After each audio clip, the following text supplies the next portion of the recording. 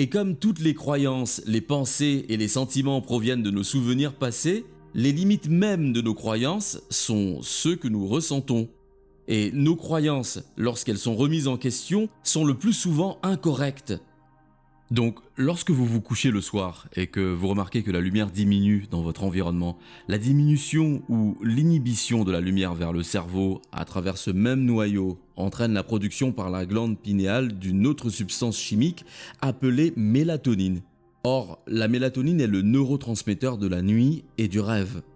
Cela dit, dans un sens, la sérotonine réveille votre cerveau et la mélatonine commence à détendre votre cerveau jusqu'au sommeil.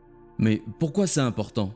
Parce que lorsque vos niveaux de mélatonine commencent à changer et que vous vous déconnectez de votre environnement, que vous oubliez votre corps et le temps, et que votre monde intérieur commence à devenir plus réel que votre monde extérieur et que vous fermez les yeux, au moment où vous le faites, vos ondes cérébrales passent de bêta à alpha.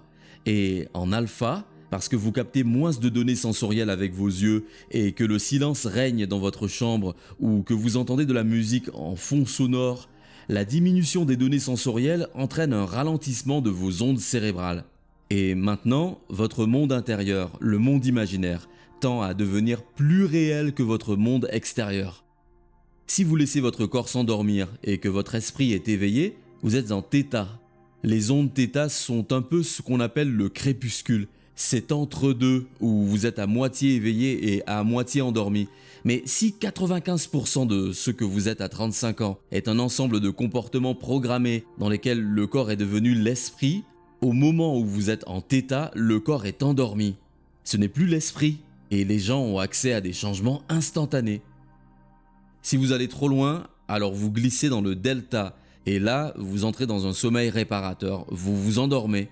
Puis vous vous réveillez le matin, vous passez de delta à θ, alpha, bêta. Lorsque vous vous couchez le soir, vous passez de bêta à alpha, puis à θ et enfin à delta. Et on peut dire que bêta est votre esprit conscient, tandis qu'alpha et θ représentent le dépassement de votre esprit conscient et le passage à votre esprit analytique. Je vais maintenant vous présenter quelques diapositives PowerPoint pour donner un sens à tout ça, pour qu'on puisse commencer à voir comment vous pouvez l'appliquer dans votre vie. Si vous prenez simplement le concept de croyance, ce en quoi vous croyez, la plupart des croyances proviennent de nos expériences passées. Jetez donc un coup d'œil à cette première diapositive. On pourrait alors dire que vos pensées et vos sentiments proviennent de vos souvenirs passés. Il y a un événement qui survient dans votre vie. Cet événement commence à structurer les circuits de vos réseaux neurologiques et la réaction chimique qui résulte de cette expérience s'appelle une émotion. Et vous commencez à classer cette expérience dans la mémoire à long terme lorsqu'un quotient émotionnel y est associé. Par conséquent, si vous combinez une pensée et un sentiment, on appelle ça une humeur. Et donc, si vous avez une série de bonnes pensées qui sont liées à une série de bons sentiments, vous dites « je suis de bonne humeur aujourd'hui ». Si vous avez une série de pensées négatives qui sont liées à des sentiments plutôt négatifs, vous dites « je suis de mauvaise humeur aujourd'hui ». Du coup, si votre façon de penser et la façon dont vous vous sentez créent votre manière d'être, alors les humeurs ne sont que des fragments de façon d'être. Vous seriez de bonne humeur le matin et de mauvaise humeur l'après-midi. Maintenant, si vous prenez une humeur, une autre et encore une autre, et que vous commencez à combiner ces humeurs, comme vous commencez à associer les humeurs ensemble, une humeur ainsi qu'une autre et encore une autre crée une croyance. Mais une croyance n'est rien d'autre qu'une pensée. Vous continuez à penser encore et encore jusqu'à ce que ce soit câblé dans votre cerveau. Et comme toutes les croyances, les pensées et les sentiments proviennent de nos souvenirs passés, les limites mêmes de nos croyances sont ceux que nous ressentons. Et nos croyances, lorsqu'elles sont remises en question, sont le plus souvent incorrectes.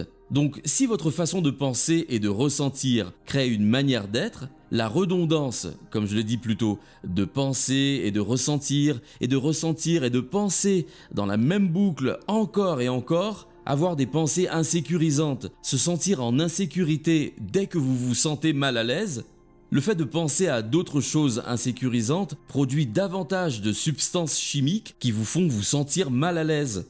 Et vous continuez à avoir les mêmes pensées d'insécurité.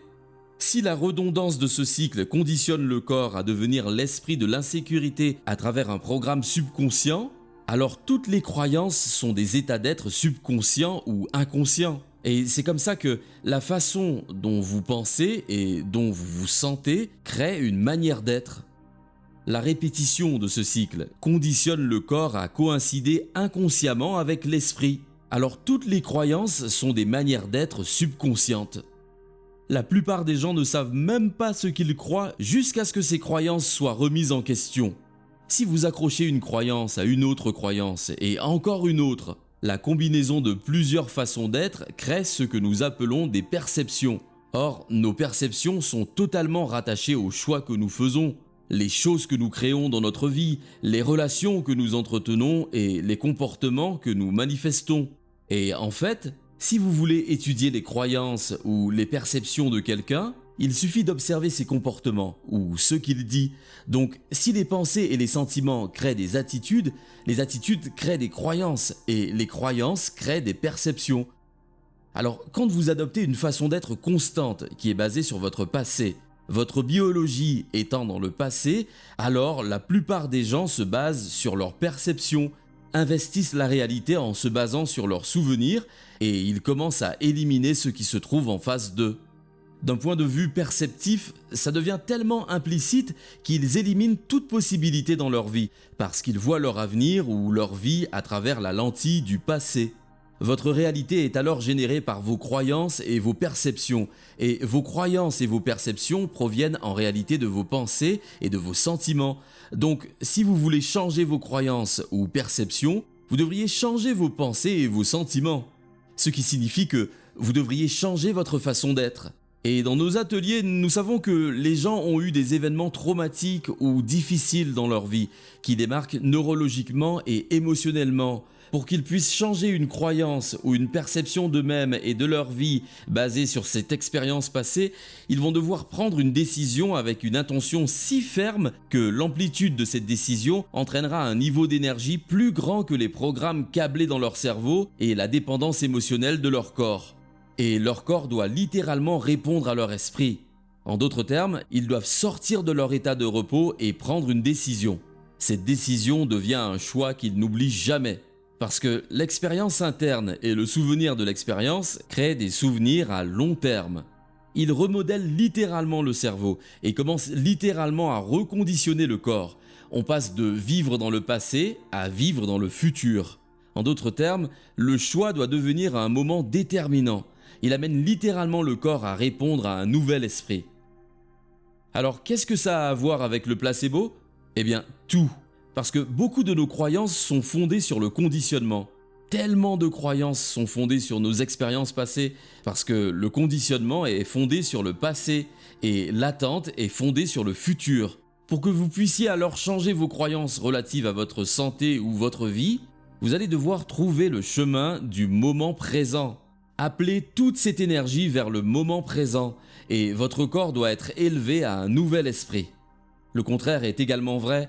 Vos croyances par rapport à la santé et vos croyances par rapport aux drogues et vos croyances par rapport à la médecine, vos croyances par rapport à la vie, à la mort et au vieillissement, tout ça est programmé inconsciemment à un tel degré que lorsque vous êtes exposé à certaines informations dans votre vie, vous acceptez, croyez et vous abandonnez à ces informations ou à ces pensées sans aucune analyse. Et ça commence à programmer votre système nerveux autonome pour l'aligner avec cette croyance. Parce que maintenant, vous la renforcez, étant donné que ça passe à travers vos filtres. Je dis depuis le début que votre esprit conscient représente 5% de ce que vous êtes, et votre esprit subconscient constitue 95% de ce que vous êtes. Et si le cercle représente l'esprit conscient est composé de choses comme la logique, le raisonnement et la créativité, notre foi qui est la source de notre volonté. Le reste du cerveau et de l'esprit est constitué de nos compétences.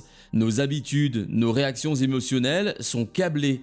Les comportements sont conditionnés. Les réponses sont associées à des souvenirs. Nos pensées et sentiments habituels que nous appelons une humeur, nos croyances, nos perceptions, tout ça a été programmé de manière subconsciente. Mais ce qui sépare l'esprit conscient de l'esprit subconscient est l'esprit analytique. Pensez à ces moments où vous êtes poussé par les hormones du stress dans votre vie. Et rappelez-vous, le stress survient quand votre corps est hors de l'homéostasie. Le stress, c'est quand votre corps est déséquilibré. La réponse au stress est ce que votre corps fait de manière innée pour se remettre en ordre. Si vous gardez cette réponse au stress activée et que vous ne pouvez pas l'éteindre et que le cerveau est maintenant dans un état d'extrême excitation, votre cerveau se déplace maintenant plus haut dans les niveaux bêta et plus loin du système d'exploitation où le vrai changement a lieu.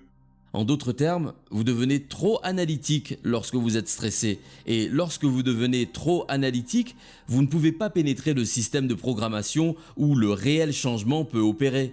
Nos systèmes de mémoire ou nos mémoires déclaratives sont constitués de connaissances et d'expériences. Et nous les appelons mémoires déclaratives parce que ce sont simplement des mémoires que l'on peut énoncer. Vous apprenez quelque chose intellectuellement, c'est ce qu'on appelle la connaissance. Vous vivez tous ces événements dans votre vie à partir de ces expériences et de ces événements. Vous pouvez en parler et les énoncer. Nous les appelons les souvenirs explicites. Ce sont les sièges de notre conscience. C'est le moi autobiographique. Maintenant, cette partie que j'ai appelée le subconscient dans la diapositive précédente est ce que nous appelons les souvenirs non déclaratifs ou souvenirs implicites. Vous avez fait quelque chose tellement de fois que vous n'avez plus besoin d'y penser. En fait, vous l'avez fait tellement de fois que vous ne savez même plus comment vous le faites. Vous ne pouvez même pas dire comment vous faites. C'est lorsque vous l'avez fait suffisamment de fois que le corps se conditionne à être l'esprit. C'est un état subconscient. Il est basé sur des expériences répétées et des réactions émotionnelles qui sont toutes logées dans ce système non déclaratif. C'est pourquoi les compétences, les habitudes et les conditionnements ont lieu ici, parce que cela n'implique pas l'esprit conscient. Vous ne vous souvenez peut-être pas consciemment de votre numéro d'identification bancaire, mais au moment où vous vous dirigez vers un distributeur de billets de banque et que vous regardez ce clavier et que vos doigts commencent à composer ce numéro, cela signifie que vous ne pouviez pas vous en souvenir consciemment avec votre cerveau. Mais vous l'avez fait tellement de fois que votre corps sait comment le faire mieux que votre esprit. C'est dans ces cas-là que 95% de ce que vous êtes existe. C'est l'habitude de soi.